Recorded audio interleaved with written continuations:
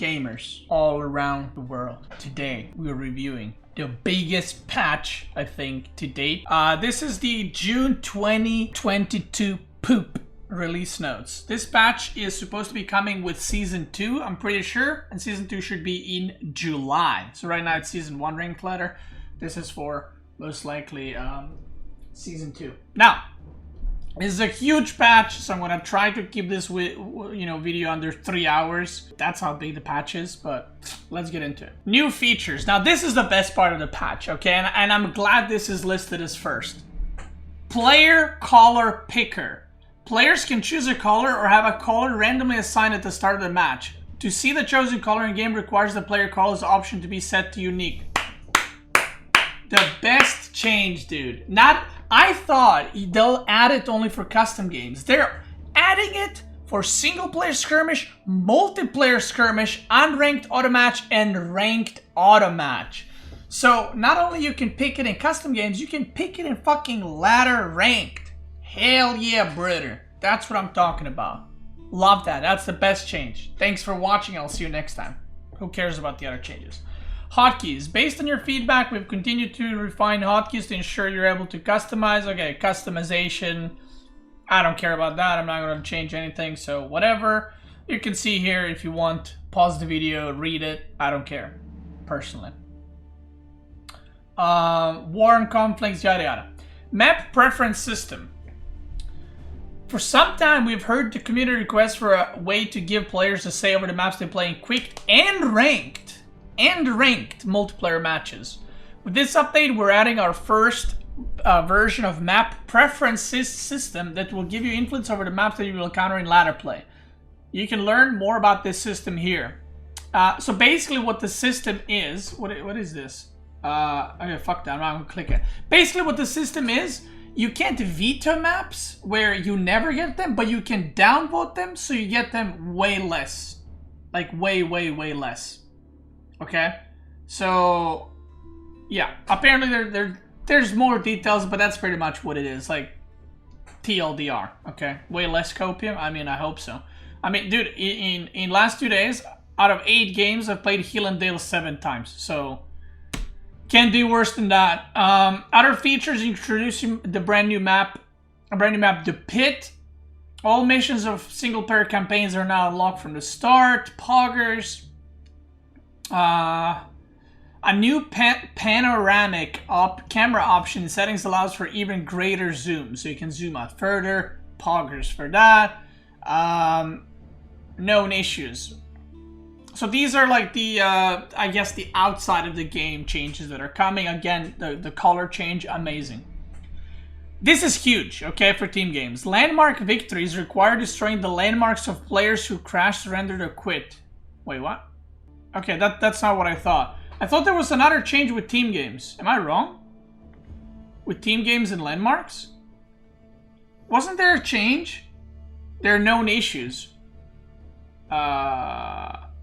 Oh right, known issues. Okay, no one cares about that. We skipped that.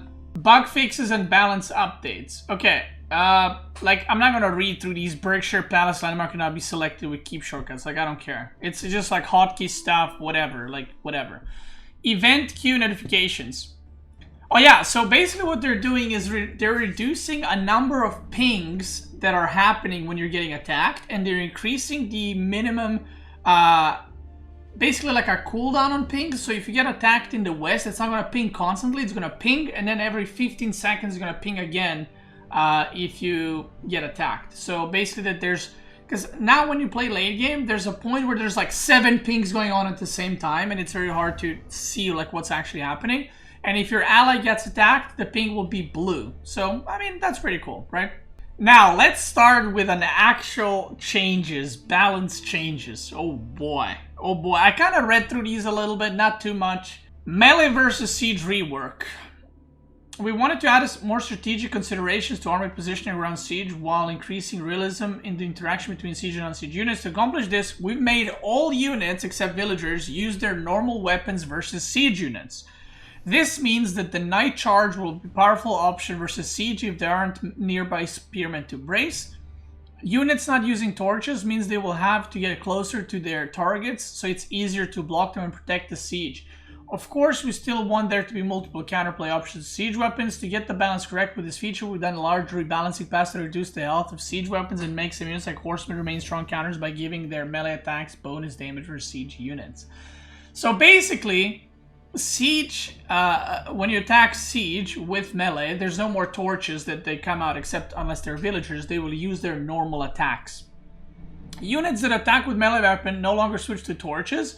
Villagers continue to use torches and gain +2 damage versus siege. Horseman melee weapon gain +10 damage versus siege. Other torches no longer deal bonus damage versus siege. Villager repair rate of siege units reduced from 20 health per second to 5 health per second. Yeah, I mean, that's a good change. I don't mind that. Ranged armor increased to 20, so they don't want any ranged units to be killing siege. Bombers and cannons have 30 ranged armor. Damn, even hand cannoneers ain't gonna do a lot of damage to them. Well, actually, they're gonna do like 15, right? So it's not bad. Siege Works armor bonus increased from 3 to 10. Mongol improvers from 4 to 15.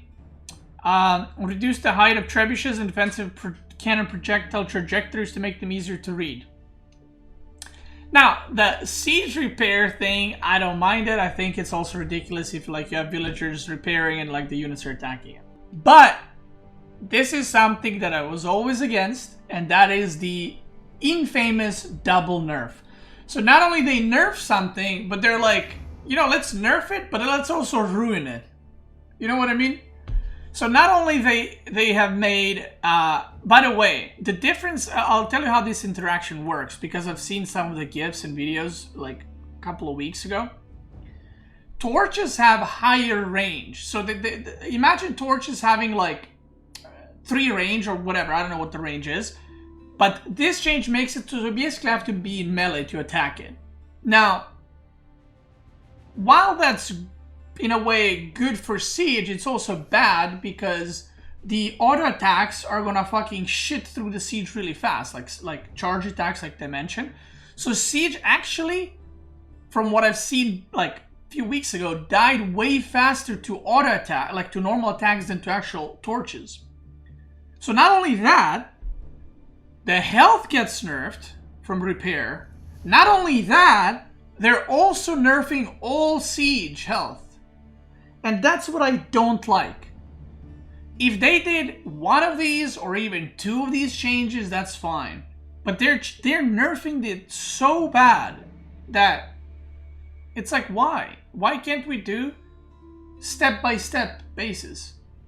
So, look at this. Ram health, it's almost halved. So goodbye feudal pushes, basically. Like, what are you gonna kill with 420 health? Also, I've always said this, in RTS games, when you nerf something, you have to compensate if the nerf is too great. So, if this gets nerfed to 420 health, why do they still cost 300 wood? That's insane. That is batshit insane. You cannot keep the same cost while making unit half of what it used to be. So that's just wrong, okay? That's just wrong in my opinion. This makes it so that horsemen are gonna like plow through rams. This makes it so sprinkled upgrades are gonna plow through rams because they got, again, almost half health. Mangonel health, 240 to 140. Mangonel range armor increased. Again, all the siege units got the armor increased. But it's not like you were killing ranged with ranged or siege with ranged units anyway. What is the sprinkle damage and cauldron damage? Does anyone know? Oh, we can see it down there. Okay. So sprinkled health 200 to 125. Like, what's the point of even attempting to repair? You cannot repair anymore, by the way. Like, there's just no repairing on your siege units. Like, if horsemen surrounded, it's dead. Like, that's it. It's dead. If men-at-arms are get to it, it's dead. Like, I'm assuming there will be no point in attempting to repair unless you're out of combat, right? Springle range armor reduced. Springle bonus damage reduced from 90 to 50. I'm assuming this is bonus damage to siege, right? Because they say Springle bonus damage. So I'm assuming this is 90 to 50. And what is the base? 120 to 80. Okay. So Springles will now do 80 damage, which, by the way, still makes it so that Springles 2-shot Springles. But it makes it so that Springles 2-shot Mangonels. It used to be 3, just for reference. And that is a huge nerf, okay? Going from 3 to 2, 2 to 3 is a huge, huge, huge nerf. Oh yeah, okay, I have a question. Does ranged armor reduce damage of Springles because it's a siege weapon? It's counted versus Springles. Okay, so how much armor does Mangonel have? 20? But it still doesn't matter. It's 160. 160 to 140. Yeah, it doesn't matter. Right? No, it does. 80, 160. Yeah, it does. So they're gonna survive on 120 actually. So you still need 3-shot. And that's without upgrade. Well, is upgrade even gonna do anything? So Springle damage is 80 times 2, 160. If the damage gets reduced twice by 20, it's gonna survive, right? But even if you get the siege, I don't know what the upgrade is called, it gives your siege extra health. Is there even a point in getting it? I see BA doing math. Yeah, Siege Works is still 3 shots, right? So what's the point of getting it? Maybe there's some math versus Culverins or something. We'll see now. Clockwork Springle health reduced from 300 to 190. So basically the Chinese Springles will now have less health than the Springles currently have, the normal ones. Ribaldequins. Health reduced from 480 to 350. Fire armor reduced from 10 to 0. Melee armor increased from 0 to 10. Royal also nerfed. I mean, same stats changes.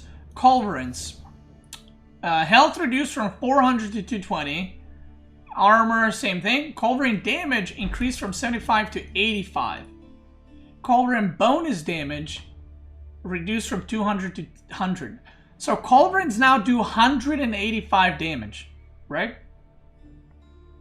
And Mangonel has 140 health. So Culverins will one-shot a Mangonel unless Mangonel has the upgrade, in which Culverins will two-shot Mangonels. Right? Pretty sure that's how that works. Bombards, again, I mean, it just nerfs across the board. Like, I'm not going to read the whole thing, but yeah. Cannon bonus, cannon damage reduced from 200 to 100. That's for the French cannon. And bomber damage reduced from 170 to 100. And obviously their armor went up to 30. So basically the siege weapons got their health pretty much halved. Now this might turn out okay. I actually don't know. I'll have to test it in game. To me, this just screams you don't need to build any anti-siege. You just run up horsemen to them or men-at-arms and kill them. Because there is no way that you can prevent units getting on top of siege effectively. Right? Like, you're just gonna get on top of them, you're gonna smack them, and you're gonna leave. Right? In my opinion, these nerfs, that's okay. But they should have reduced the cost. Think about this. Bombard is 1,000 resources. What are you paying for? Like, you can just build a trebuchet instead. Because trebuchet is less of a risk right now, in my opinion, than a bombard. Because a bombard can be dove much easier. Stone walls, though? Yeah, that's not how that works. I mean, yeah, just build stone walls forehead. Nested bees, again, you know, nerfed. Their damage is the same, but their health is nerfed. So what do I think about seed changes? I mean, they got triple nerfed, and I am not up for that. If they nerf 2 things, I'm fine. I personally think these nerfs are too much, and they're gonna... I mean, this is gonna completely change the game. Whether for better or for worse, I don't know. Aussie Drawer, thanks so much for rating. I hope you had great FPAs and great stream. Thank you, thank you. This might improve the game, it might not, I don't know. But I do know that it will make Siege very questionable to make. Very, very questionable to make. I think we will maybe not even see Springles anymore at all. Because why would you get a Springald, again, when you can just get horsemen and jump on the units and kill them because they got no health? You can't repair. Like, one of the reasons why you are not only making horsemen now is because if you jump on siege, they can get repaired. Now that doesn't work, and they have lower health, so they're gonna die like this. So yeah, I personally don't like the triple nerf, but we'll see how it plays out. I don't know. We will see. In general, I didn't think siege was an issue. I thought trebuchets from English were an issue, and I thought that Chinese siege was an issue. Other siege from other civs, I don't think was a problem in the game. I think it was in a fine state. Like, a lot of people have this weird obsession of having like one mangonel and then 2 springalds and 1 bombard, and that's your whole siege army. I don't see why that would be the case. I don't see why it's a problem to have 3 mangonels or 3 bombards. So yeah, I think China and English siege was a problem, but other civs, I think they're fine. So overall, I don't like it personally, but it might turn out to be good. Who knows? Changes. All civilization, villagers, and economy changes. Deer and sheep, which are blocking a building foundation, now move out of the area much faster. Great. That's cool.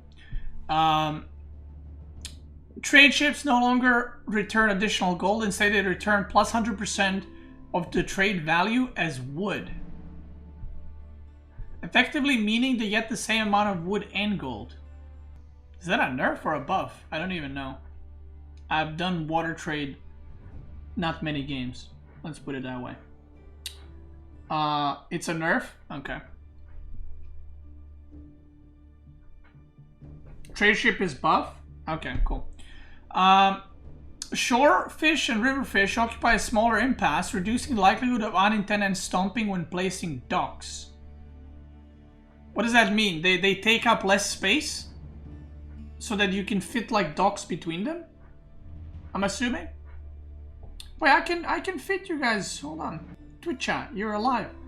If my thing works. If it doesn't work, then there you go. Yeah, you can fit dock nicer. Okay, cool. Okay, that's a cool change. Villagers will now prefer deer over berry bushes after building a new mill or gur. Well, they never preferred berries over deer if there's a single wood over gur. I don't know if you guys know. If you place gur and if there's a tree nearby, they're gonna go for the tree, even though you put it next to deer or next to berries. So yeah, I mean that's cool. I like that. Yes, I think it's a good change, right? Makes stuff easier. Reduce the travel distance. Villagers will scan for new resources. Oh yeah, you know why? Sometimes when the gold is like 6-7 tiles away and you finish with your gold that you were mining, they will go away and they will like long distance mine. So I guess this is a good change as well. Don't mind that. So all in all, not bad. Buildings. Units will be able to attack stone walls which are under construction. Stonewall gates, sorry. Oh yeah, because now you can't attack gates, you can only attack walls. So they're just making this, equal. So you can attack both, basically. Building emplacement. Bonus damage versus boats now applies to demolition ships and non-combat ships. Honestly, devs, you need to buff demolition ships. They're complete trash. They're cringe. Like, obviously, they used to be broken, but they're complete trash now. Like, they're completely unplayable in any situation. Against anything. They're complete trash. Like, just give them something. Arrow slit emplacements bonus range decreased from +2 to +1. So this is the first tower upgrade where it shoots arrows. Beep, beep, beep. All emplacements are overperforming. We're seeing players build towers near the enemy base just to get emplacements for extra firepower. The biggest beneficiary of the arrow slits emplacements has been offensive towers, so we're reducing the range to give players extra breathing room. Springald emplacement damage decreased from 60 to 40, and attack speed decreased from 625 to 425. Or 45. Isn't that a buff in attack speed? Yeah, because 1 attack speed means that it has attacks every second. So if it goes from 125 to 45, this wording needs to get fixed. Attack speed didn't get decreased, it got increased from 625 to 45. So basically they're nerfing the emplacement from 60 to 40 and increasing the attack speed. The high range and burst damage from the towers makes them extremely powerful. Their low cost makes them spammable. Note that these changes in combination with the increased armor and siege weapons being sprinkled in placement are now less cost effective. Okay, I'm assuming it comes around to the same DPS, but it basically has lower damage, so the armor affects a higher percentage of its total damage. I mean, sure. Cannon emplacement damage increased from 85 to 70. Cannon emplacements deal 100% of their damage in AoE around the initial target. We wanted to retain this cool feature while making them less effective versus single targets like bombards. I think that the tower nerfs are fine. I don't mind them. I do think the towers are pretty strong right now, and every civ just spams them like baboons. So I don't mind this, and I think everyone can agree with this, except Core. Buildings that cost exclusively stone keeps stone wall towers, stone walls, and stone wall gates now cost stone to repair instead of wood.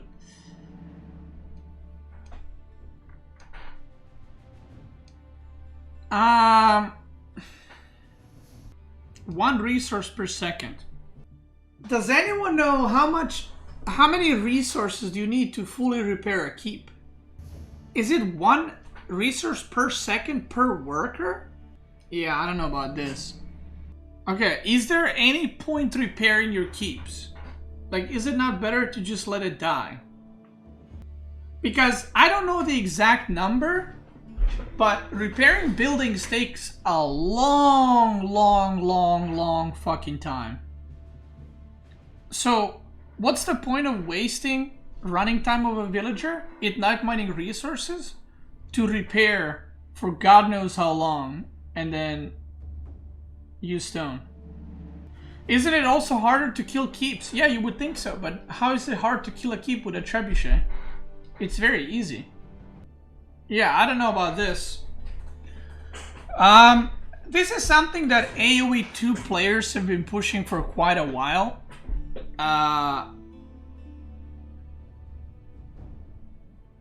When a lot of them were playing at high level, so it's like AOE2, which I never understood. It's like, okay, let's introduce minerals in game because StarCraft 2 has it. I don't get that train of thought. Like, I personally don't like this, and I'll say why. A lot of people are like, great one, dude. Oh my god, you can't spam keeps. Yeah, no one's gonna make keeps. People are just gonna make towers. They're gonna make more towers. Why would I ever make a keep that's gonna cost fucking stone to repair? You can literally come with 5 bombards and 2-shot a keep. Why would you ever waste stone on that? It doesn't make any sense. It's totally logical that you repair with stone. Yeah, I play video games for logic and realism. So yeah, I do agree it makes sense from that reason.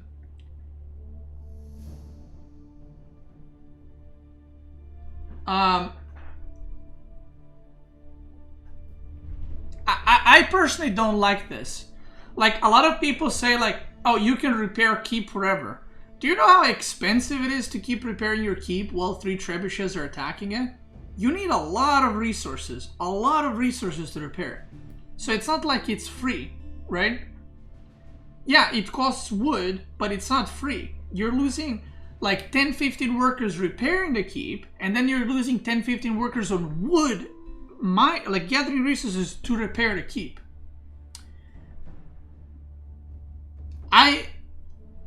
I don't know why you would make keeps after this, because they will be going down extremely fast. It is a historical game. Why would it not be logical? Listen, you can go play Sims if you want logic and realism. I play games because they feel good, and it feels good to play them. Okay, let me hit you with one. How does it make sense that a keep is falling apart in the front and the villager is doing this in the back and it's healing in the front? How does that make sense? What kind of logic is that? What kind of logic is that? How does it make sense that a villager does this and crops just plop up in 5 seconds? How does that make sense? Explain that to me. Like, when people use real, like, it's historically accurate, yeah. And this magic on the seeds is also historically accurate, right? Dude, they should take, like, at least 4 hours to grow a crop, you know what I mean? Like, guys, stop using stupid arguments for why things should be in the game, because it's more realistic. Like, give me a break. Also, how are Siege moving without anyone inside them? Are they on remote controllers or what? Anyway, I personally don't like this. I think it will... I actually think it's gonna have the counter effect that it wants. I think what the idea behind this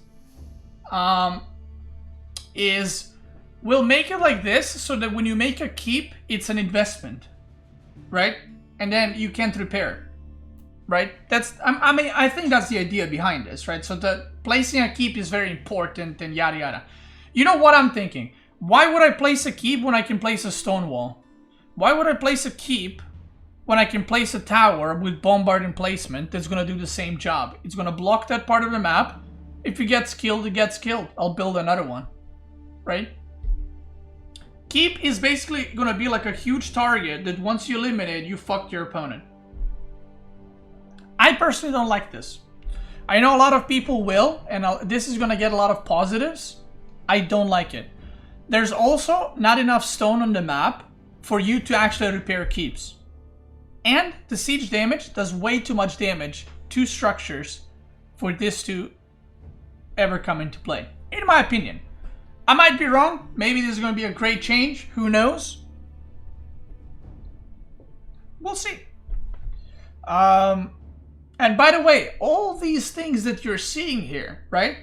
This is what people don't consider because they don't think past the numbers and no one thinks past this text, right? Everyone's reading this. There are great changes. Do you know which unit type will be extremely good after this? Which, by the way, benefits me. It doesn't benefit, like, I'm not molding because this doesn't benefit me. Cavalry will be even stronger after this.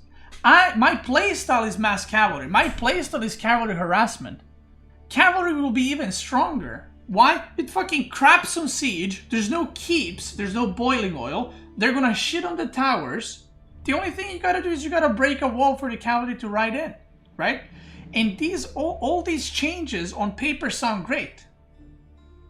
But the cavalry just becomes stronger. And yeah, I guess we'll see how it goes.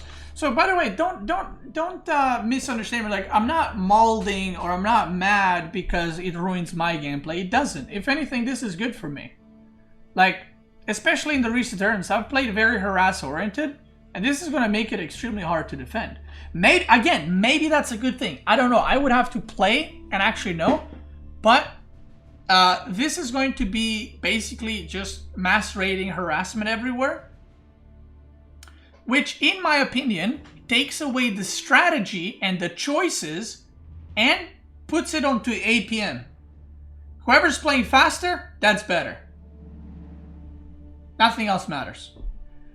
It's pushing towards StarCraft 2, and it's using stupid things from AOE2 that nobody cares about that plays AOE4, which I dislike. To me, whenever a change is made because AOE2 has it, it doesn't make sense. They're not the same games. There shouldn't be a single change that's made because AOE2 has it, because AOE2 is not the same game. They work differently. AOE2 players gone, devs still balancing for them. I don't like these type of changes because of all these reasons. And again, I will say first, I might be wrong. This might turn out to be great. But what I see here, all these changes, cavalry buff, cavalry buff, cavalry buff, cavalry buff. We'll see, maybe they did a counter to cavalry, PPLF. Like, we wanted a clean and easy to understand rule that didn't restrict. Okay. Relic limit on all monsters and landmarks that act as monasteries set to 3. Okay, keep landmarks not correctly. Activate a new weapon for each of their garrison slots. All town centers not correctly activate, yada yada. Food deposit buildings can now placed closer to fish resource in shallow water. Stonewall health when construction begins reduced from 10% to 1%. Okay, cool. I don't mind that. Don't have too much of an opinion on that. Units, I mean, I guess it will make it easier for you to break the walls if they're being built in front of you. But that's about it. Units with activated abilities will now be able to activate their ability from within a mixed multi-selection. Normalize all naval units to have the same target priority. Naval units will no longer prefer to hit buildings like docks. Oh, thank fuck. Dude, do you guys remember how tilted I was in few games where I'm fighting near a dock and my hulks are like... So anyway, I started blasting the fucking dock mid-fight, right? So, thank the Lord. Spearmen perform the spear wall formation animation faster and do not trigger the spear wall until charging cavalry is closer. Okay. Okay, so just more responsive, nicer. Grenadier damage decreased from 15 to 13. Weapon range decreased from 4 to 3. AOE fall-off damage reduced from 175% 50 to 166 33. I don't like it. And I'll say again why. Why can we not have one of these? Why can we not have two of these? Why do we gotta ruin a unit completely? Why always the triple? It's the deadly trio. It's always the triple nerf. There's never just one or two. It's always just... It's like with the fire lancers. It's the same thing. Just smash it into the ground, make it useless. That's what... I don't get it. I personally don't get it. Grenadiers need a nerf 100%. They're the most broken unit in the game. 100%. And again, I don't know how this is going to turn out. I guess we will see. Horseman armor scaling increased from 1 in dark, 2 in feudal, 2 in castle, 2 in imperial to 1, 2, 3, 4.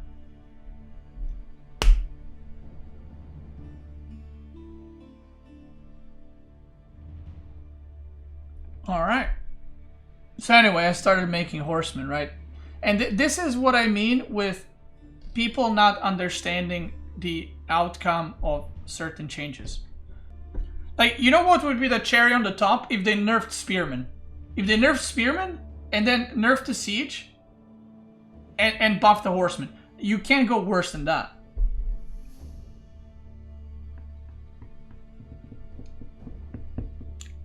Again, if this was a single thing, love it.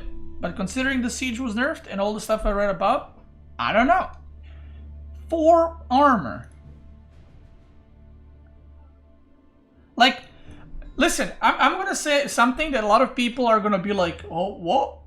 Horsemen are one of the best units in the game. A lot of people say horsemen are trash, horsemen are this. Horsemen are incredibly, incredibly OP. Because they're extremely fast, they cost mostly food. You can, in the late game, you can perma just spam horsemen. You can never run out of horsemen. And it's very dangerous to buff units that are spammable. I said this in StarCraft back in the day, and it still holds here. A unit that is easily spammable, you have to be very careful buffing it. I said this back in the day in StarCraft. If you ever buffed a Marine or a Zergling, it can completely break the game because you can have hundreds and hundreds of horsemen in one game. Again, I disagree with this because it pushes the game into just pure cavalry. And honestly, late game horsemen for raiding are insanely good. Like sending 30 horsemen into farms or into buildings or whatever is always worth it because you're gonna kill something and they only cost food, unlimited resource. So, yeah. Monk train time reduced from 45 seconds to 30. These changes are aimed at getting more religious units out in the battlefield and involved in combat. Never gonna happen. No one's gonna make this unless you're Delhi. So this is I guess it's nice for picking up relics. I'm not gonna use 150 gold to get a religious unit to heal while I have 150 or 100 supply army, and then one guy's gonna be like, "Ooh, healing." No one's gonna be making. Okay, let me just make it clear. No one's gonna be making monks to heal on the battlefield. No one, because they're too expensive, and the healing is. Let me put it this way. It's better to create another knight than to make this guy to heal it up. Unless you get an extreme value where you're microing your knights or you're pulling them out on low health and then these guys are healing them to full, which is not realistic because it's not a campaign.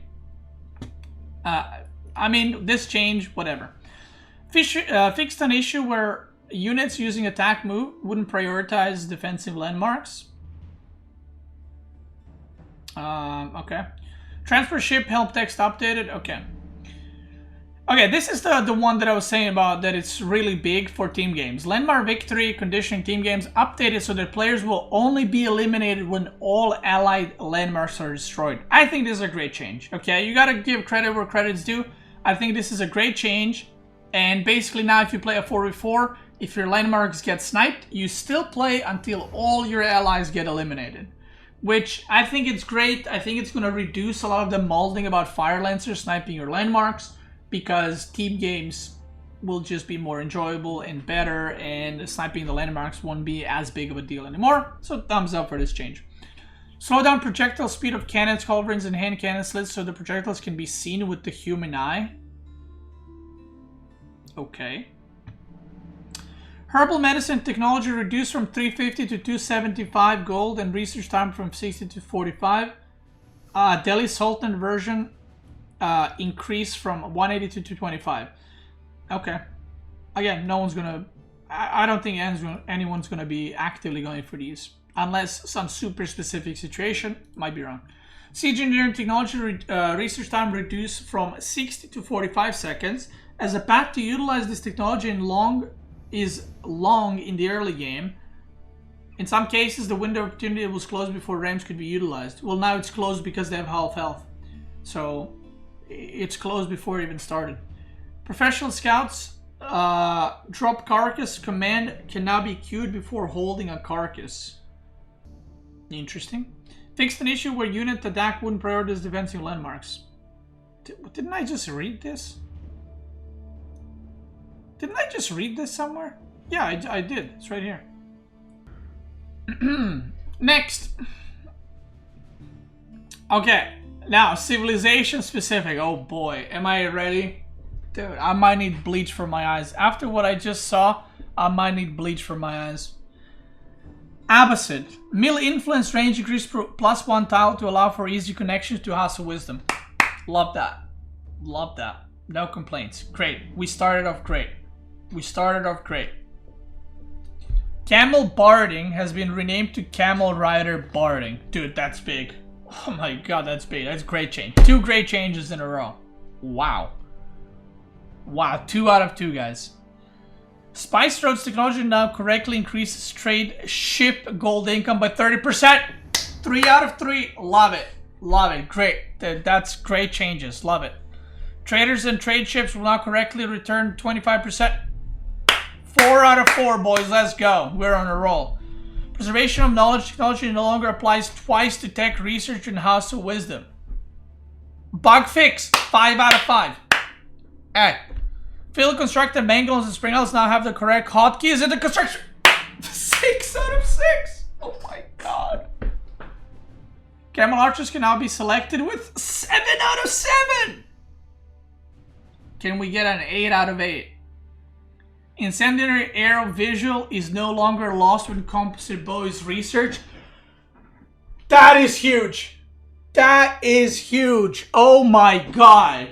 8 out of 8. Whoo! Okay. Is that not? No, it's 8 out of 8. That's huge. Wow. Give a check on that shit, dude. Abbasid, very nice. Okay, let's go on to the next one. Oh. Chinese.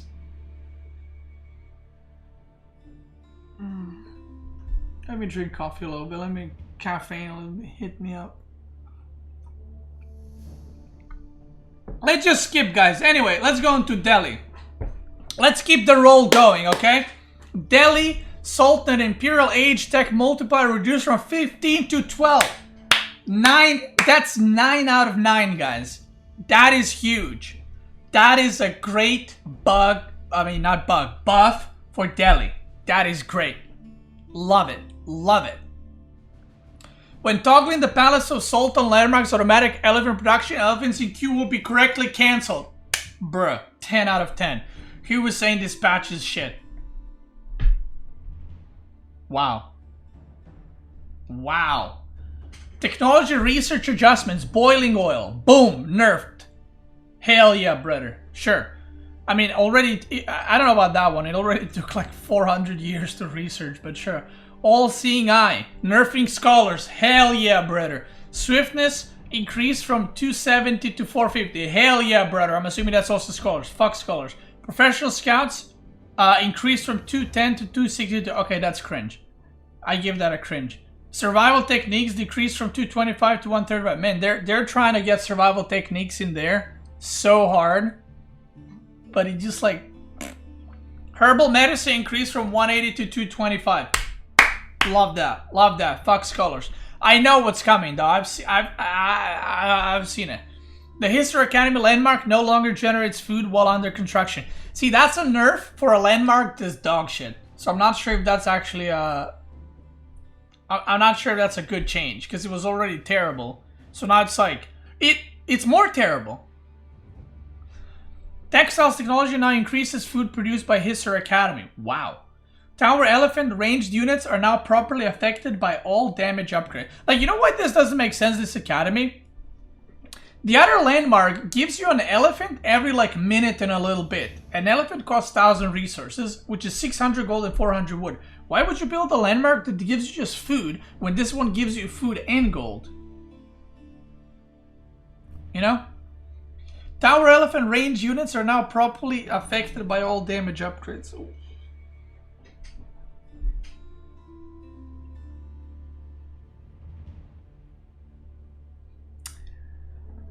So you know how I've been saying that Tower Elephants should be nerfed and Scholars should be nerfed? Well, now all the upgrades affect them, so they're better. Yeah, those Tower Elephants needed a buff. But don't worry, guys, you can rush Bombards and you can counter the... Oh yeah, they got half health now and nerf damage, right? Dome of Faith landmark changes. Change from minus 50% cost to minus 40% and 50% production speed.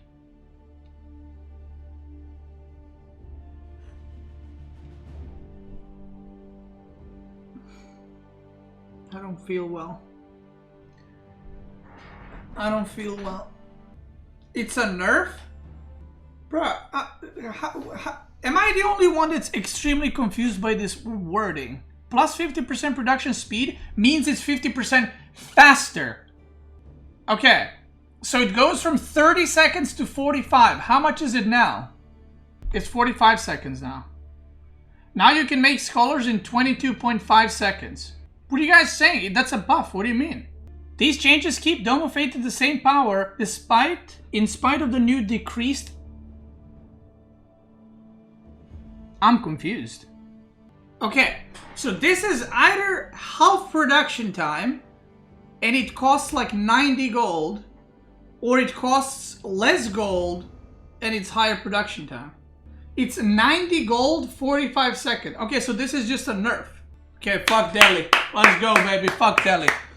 Fuck Delhi in the chat, everyone. Let's go. Let's go. Let's go. Hype it up. Hashtag fuck Delhi and their elephants. Whew.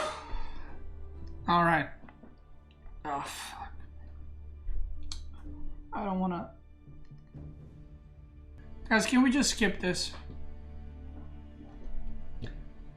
Fire Lancer move speed increased from 6 to 6.5. We've got more plans for Fire Lancer in the future. Fire Lancer time between attack reduced from 175 to 162. Pyrotechnics only affects hand cannoneers instead of all gunpowder units. Weapon range bonus charge from plus 20% to 1.5 tiles.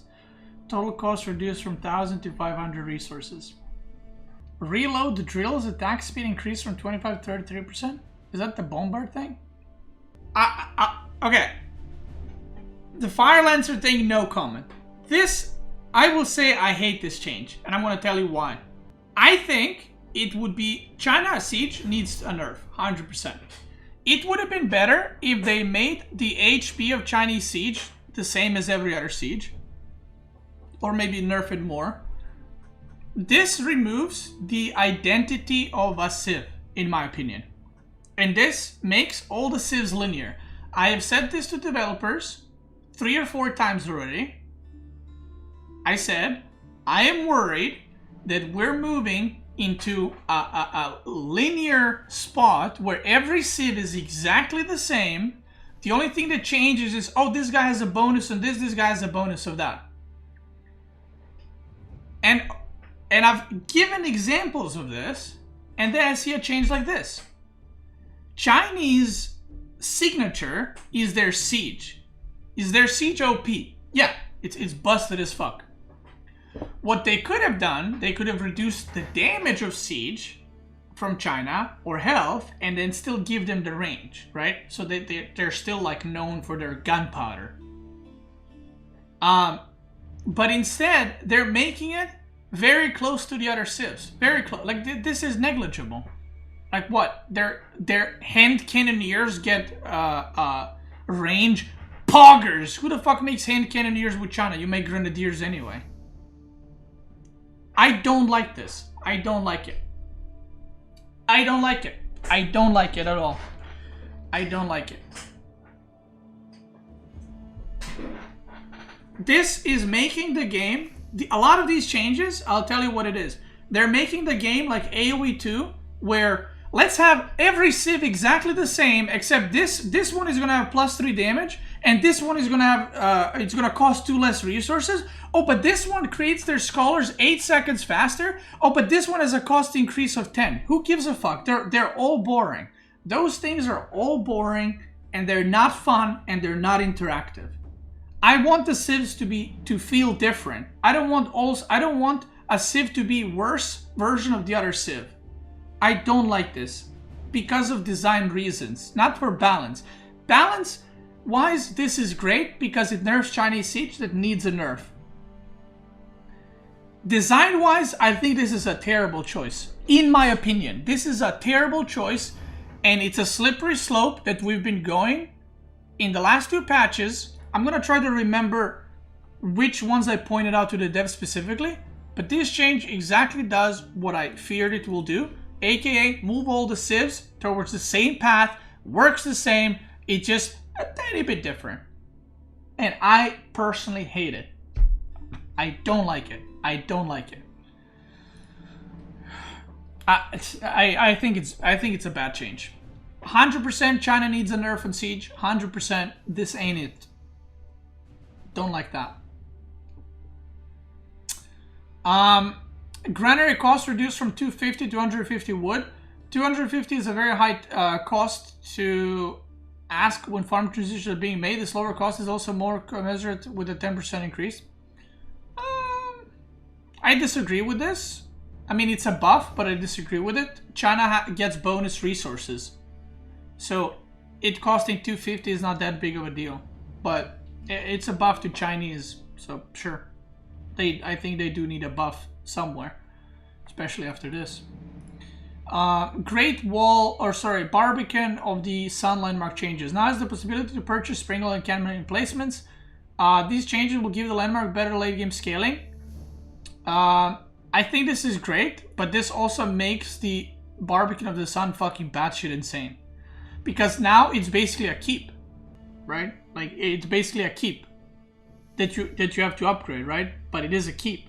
H2 keep, yeah. And you can repair with wood. Oh! Wait. Hold up, everyone in the chat. Pause, champs. Hold up. Everyone stop in the chat. I have 2 questions.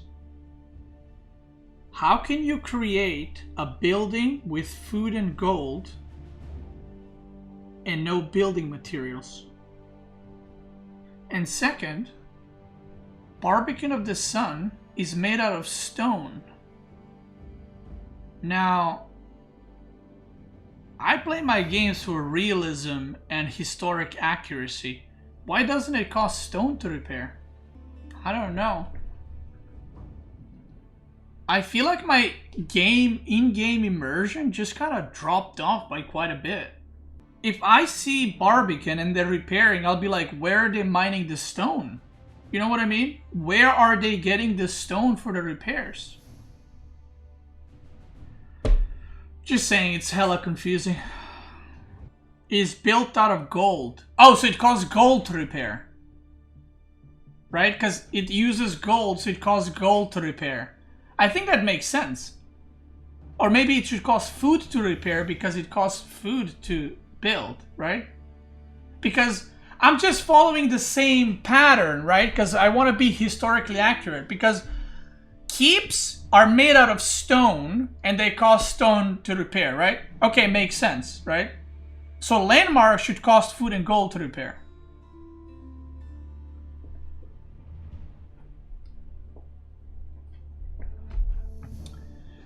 I'm just trying to point out the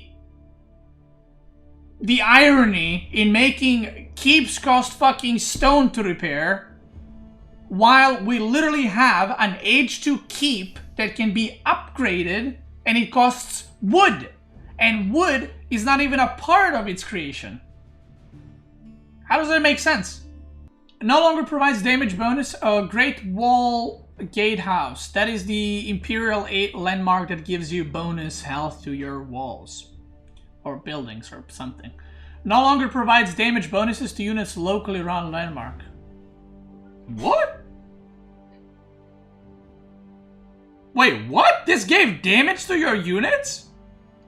What? What? Nearby troops on walls deal 50% more damage? Oh, you guys can't see. I'm too lazy to move it. Nearby troops on walls deal 50% more damage. Oh my god, I had no clue. Okay, no longer provides bonus health. Now comes with a nest of bees in placement that fires a burst of 16 arrows. Okay. Now provides all your units on stone walls with 25% range damage. So they upgraded with nest of bees. Wait. I got the biggest question though. What resource do I use to repair the stone wall landmark? Oh no. Oh fuck. Oh no. But it's stone. It's a literal stone wall. Oh my god. Oh, it provides... Okay, my bad. It provides all your units on stone walls. 25% increased range damage. God damn, dude. Great Wall Gatehouse led to a passive style of gameplay that relied on building a huge stone wall that looked hungry and frost.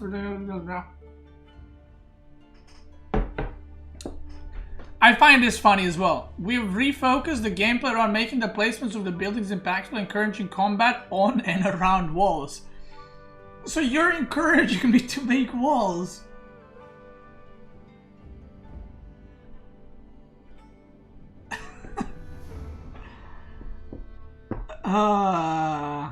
Alright.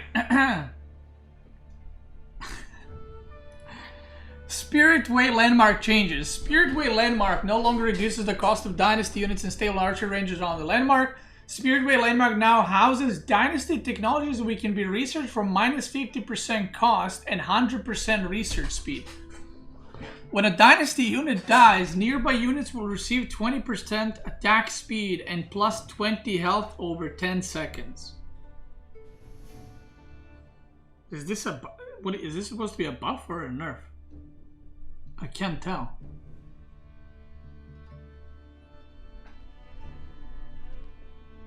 It's magic, yeah. It's incredibly OP. Okay, calm down with that. Let's remind ourselves that the siege is nerfed, and let's remind ourselves that grenadiers are nerfed. So I don't know about incredibly OP. It doesn't work with siege. Okay, I genuinely, this might be better. I don't know. I don't know. Because the thing is, you might not even make grenadiers anymore. So if that's the case, this is a buff. I actually don't know. Okay, I mean, I guess we'll see. Scouts now keep their Tank Dynasty bonus vision when advancing to the next stage. The Ming Dynasty bonus no longer increases the health or keeps stone walls and stone towers and outposts. Okay, Abbasid, thumbs up. China, I don't like it. This sounds kind of cool though, I'll give it that. This kind of sounds cool. This, I don't know, but I don't know.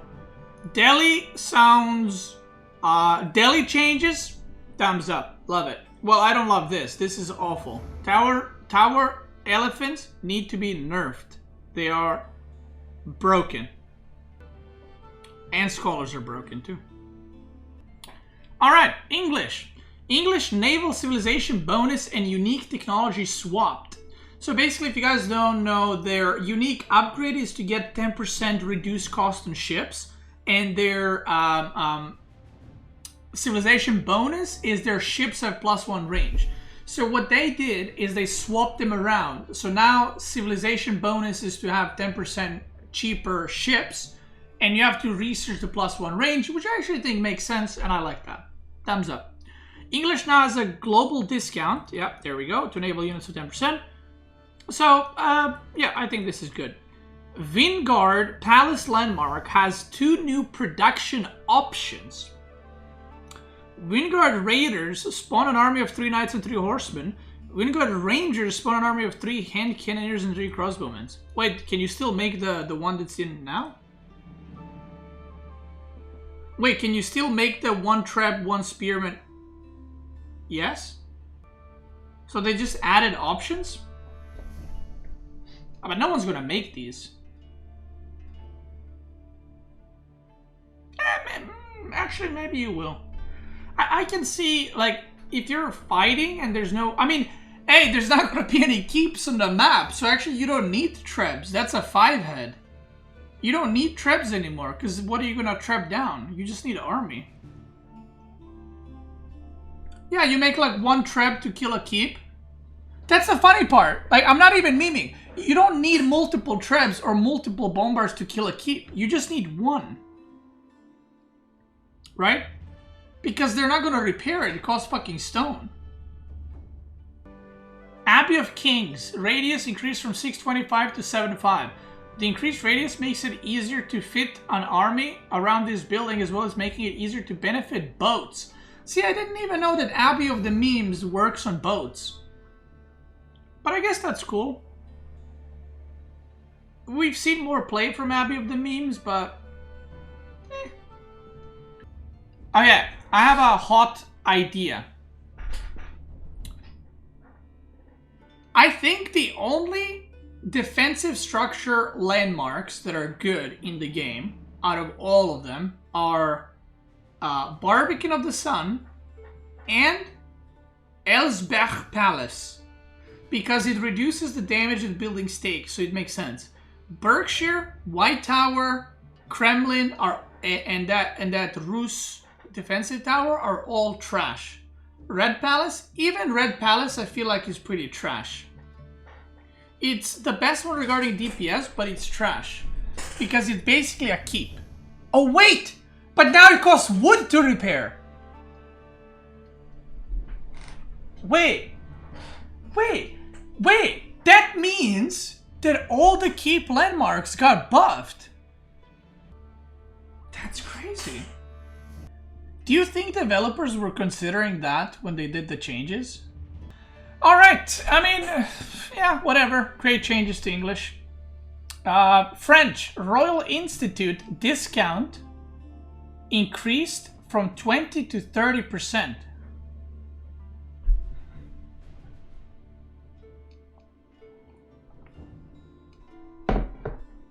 Okay. I think this landmark now is really strong, actually. We've seen a lot of play with it, and I would actually say at a high level, we've seen more Royal Institutes than Guildhall. But I think that this change is gonna make it really, really, really tempting.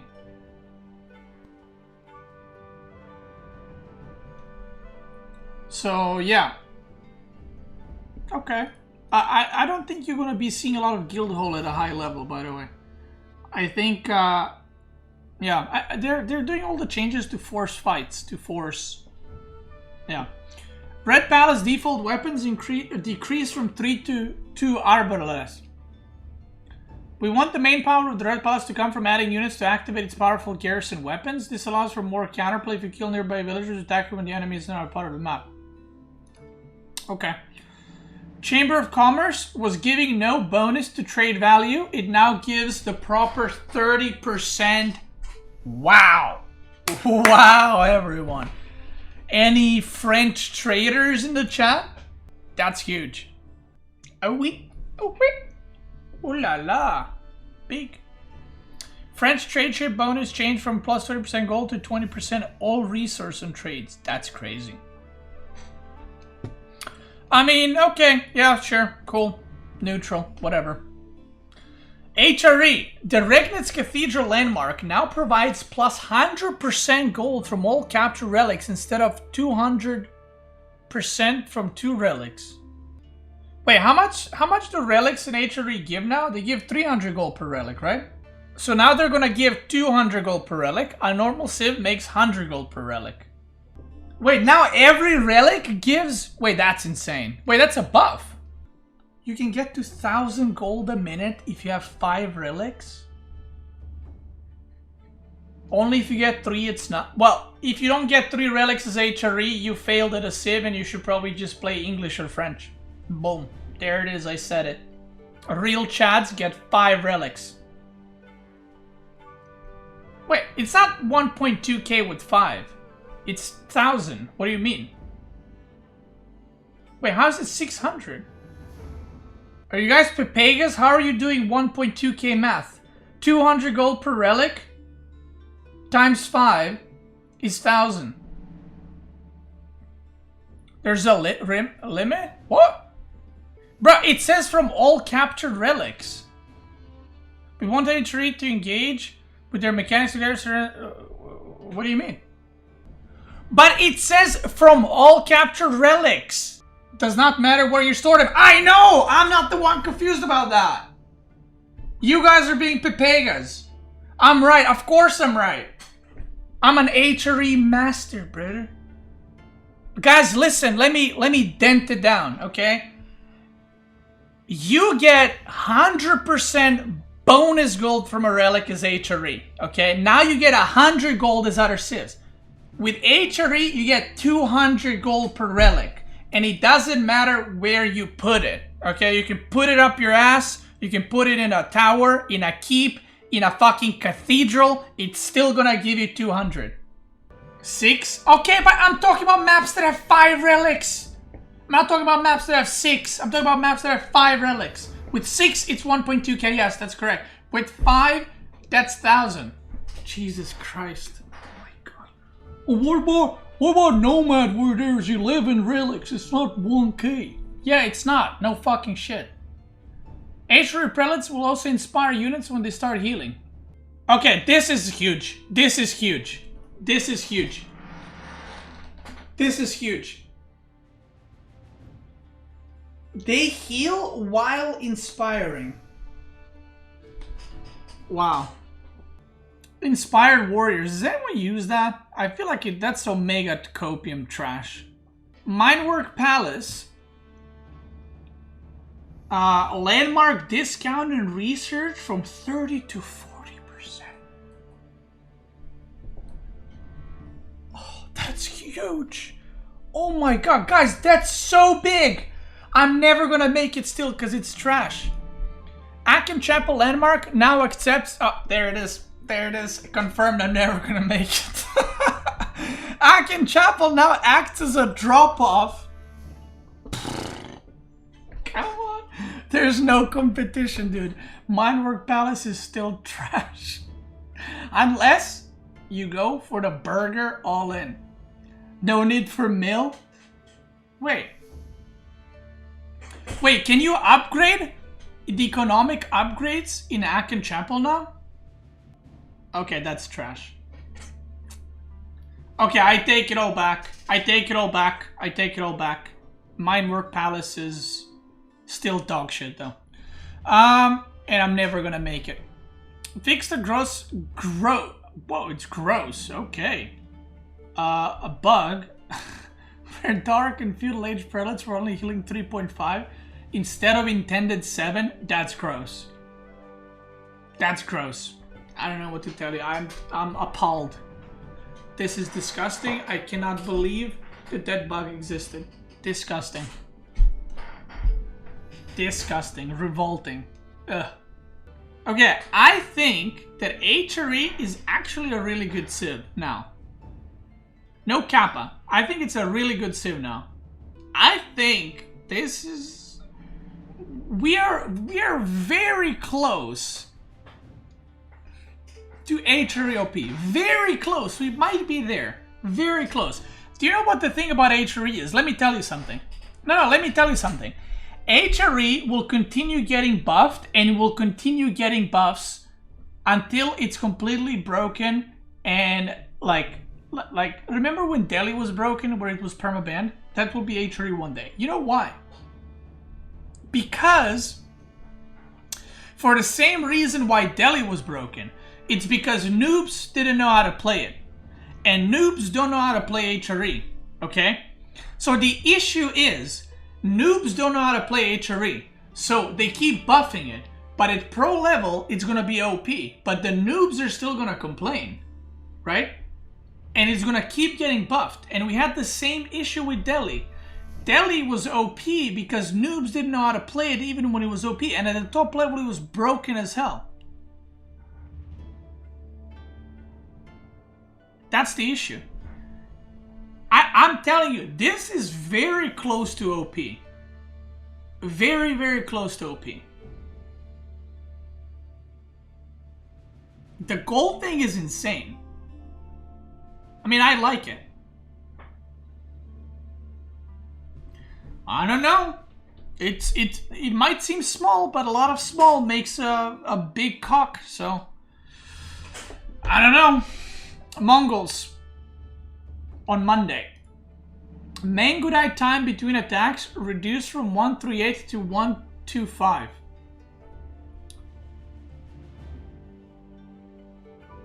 We made some back-end changes to attack spends. Okay, which resulted in some units that started change. Okay, well, I don't know if this is a buff or if this is not a real change. Okay, cool.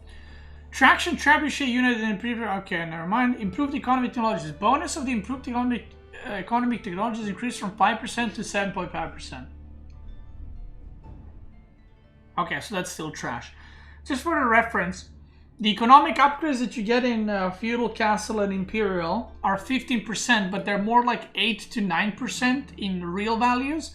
So this goes to 7.5%, so it's actually like 2 to 3% better economy. So it's probably still garbage. Kurultai landmark changes.